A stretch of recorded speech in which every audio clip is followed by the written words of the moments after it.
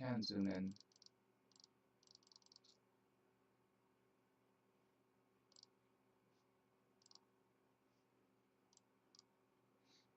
But of course, oh no, I didn't mean to do that at all. No.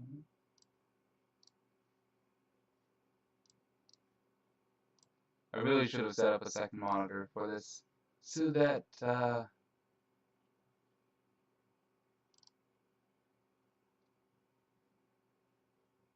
less cumbersome and awkward. Anyway, I think this is what we'll do. Yeah, you see it is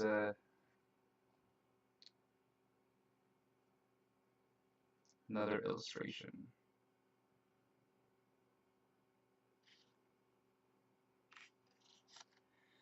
Flint Fireforge collapsed on the moss-covered boulder. His old dwarven bones had supported him long enough and were unwilling to continue without complaint. I should have never left, Flint grumbled, looking down into the valley below. He spoke aloud, though there was no sign of another living person about. Long years of solitary wandering had forced the dwarf to the habit of talking to himself. He slapped both hands on his knees. I'll be damned if I'm ever leaving again, he announced vehemently. Warmed by the afternoon sun, the boulder felt comfortable to the ancient dwarf, who had been walking all day in the chill autumn air. Flint relaxed and let the warmth seep into his bones, the warmth of the sun, the warmth of his thoughts, because he was home. Word.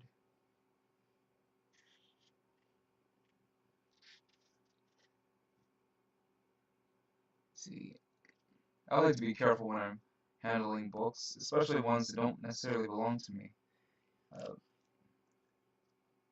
No crease in the spine. Well, there's a faint one, but that was likely done before I had possession of the book. So yeah, anyway. He looked around him, his eyes lingering fondly over the familiar landscape. The mountainside below him formed one side of a high mountain bowl, carpeted in autumn splendor. The valenwood trees in the valley were ablaze in the season's colors, brilliant reds and golds fading into the purple of the Carolus peaks beyond. Let's see, I feel like I'm zoomed in a little bit too much.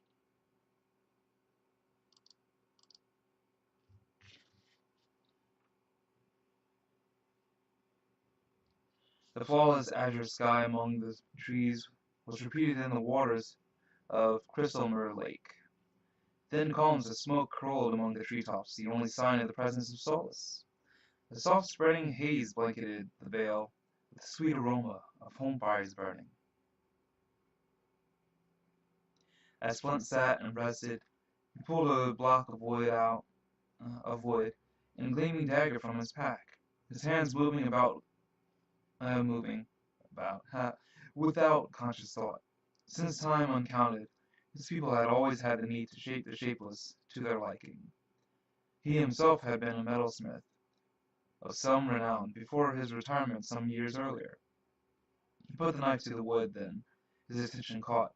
Flint's hands remained idle as he watched the smoke drift up from the hidden chimneys below. My own home's fire's gone out, Flint said softly. I said that kind of roughly.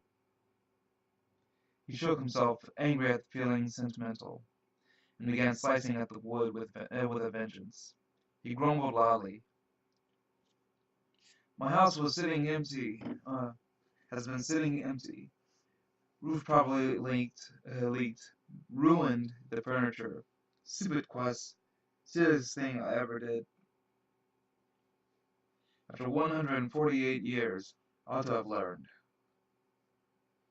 You'll never learn, dwarf, the distant voice answered him. Not if you live to be 248. Rude. It's pretty ageist of them.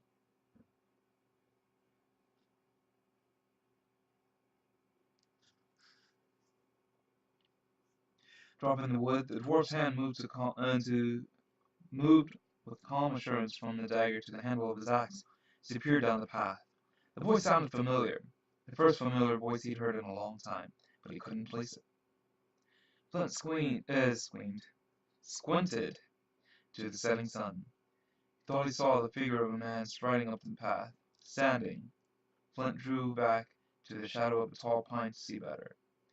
The man's walk was marked by an easy grace, an elvish grace, Flint would have said, yet the man's body had the thickness and tight muscles of a human, while the facial hair was definitely humankind's. All the dwarf could see of the man's face beneath the green hood was tanned skin and brownish red beard. A longbow was slung over one shoulder and a sword hung at his left side. He was dressed in soft leather, carefully tooled, and the intricate designs the elves loved. But no elf in the world of Krynn could grow a beard. No elf but Tanis, said Flint hesitantly as the man neared. The same. The newcomer's bearded face split into a wide grin. He held open his arms, and before the dwarf could stop him, engulfed Flint in a hug that lifted him off the ground. The dwarf clasped his old friend close for a brief instant, then, remembering his dignity, squirmed and freed himself from the half-elf's embrace. Well, you've learned no manners in 5 years, the dwarf grumbled. Still no respect for my age or my station. Hoisting me around like a sack of potatoes. Flint peered down the road. I hope no one who knows us saw us. I doubt that there are many who'd remember us, Hannah said, his eyes setting his stocky friend fondly. Time doesn't pass for you and me, old friend, as it does for humans. 5 years is a long time for them, a few moments for us. Then he smiled. You haven't changed. Same can't be said of others, Flint sat back down on the stone and began to carve once more. He scowled up at Tanis. Why the beard? You are ugly enough. Wow. Tanis scratched his chin.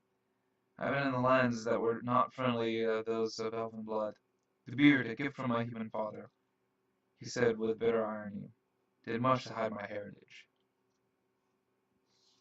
All right, because in Dragonlance, elves are not, well, everyone's a bit racist. I mean, that's generally the thing about D&D, Dungeons and Dragons, is that people are racist. But then we always find a way to break down those barriers through friendship. And those people that forge uh, interracial relationships tend to no longer be nearly as racist as they used to be. And it works out for the betterment of everyone, especially when they are heroes, because, usually their job is to save the world.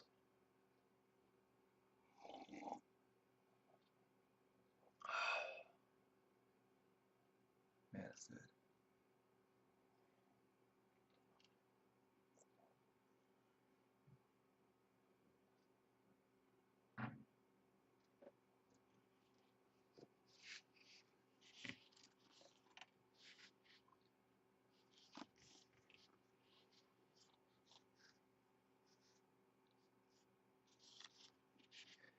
Flint grunted.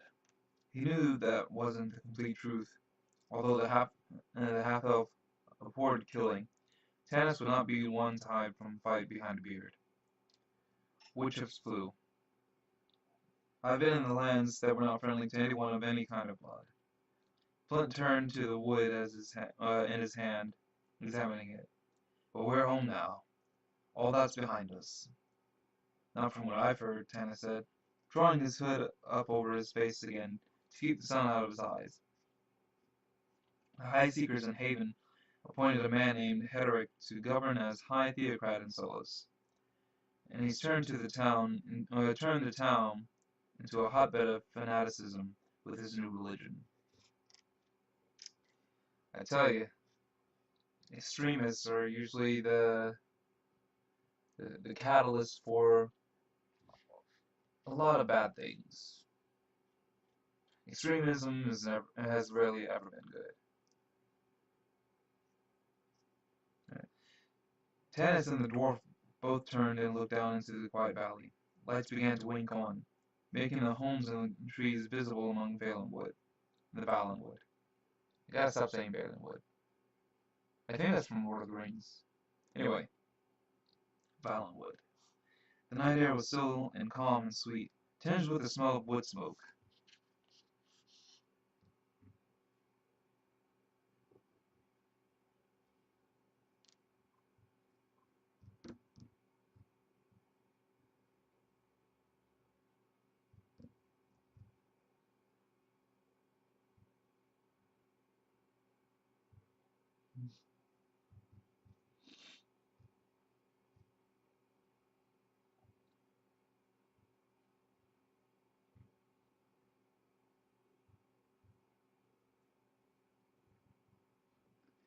Alright.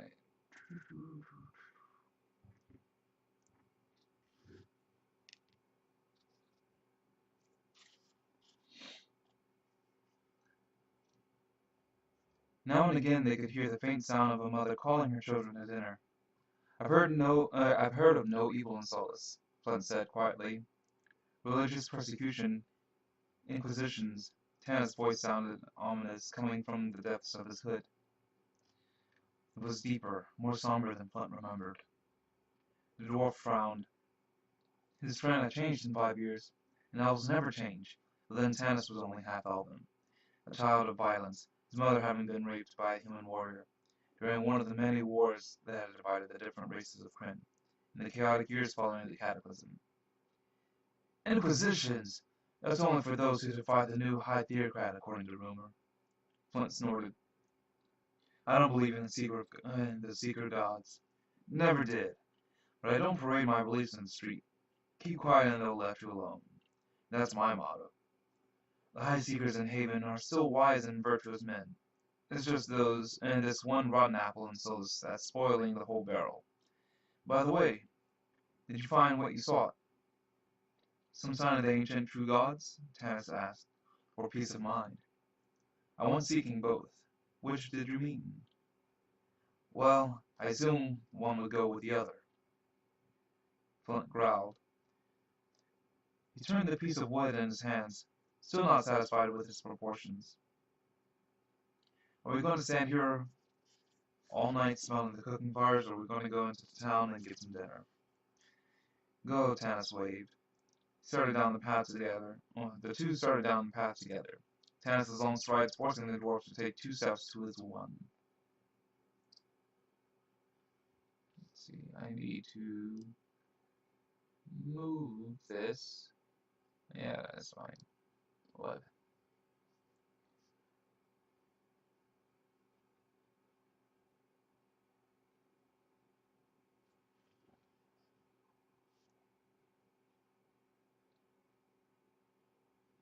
Though it had been many years since they had journeyed together. Tanis unconsciously slowed his pace, while Flint unconsciously quickened his. So you found nothing? Flint pursued. Nothing, Tanis replied. So we discovered long ago the only clerics and priests in this world served false gods. I heard tales of healing, but it was all trickery and magic. Fortunately, our friend Raslin, Raslin, Raslin, I don't know, Raslin, Raslin, I'll say Raslin, taught me to watch. Raslin, Flint puffed. That pasty-faced skinny magician, he's more than half a charlatan himself, always sniveling and whining and poking his nose where it doesn't belong. If it weren't for his twin brother looking after him, someone would have put an end to his magic long ago. So, little backstory. Dwarves hate magic, always have. They're like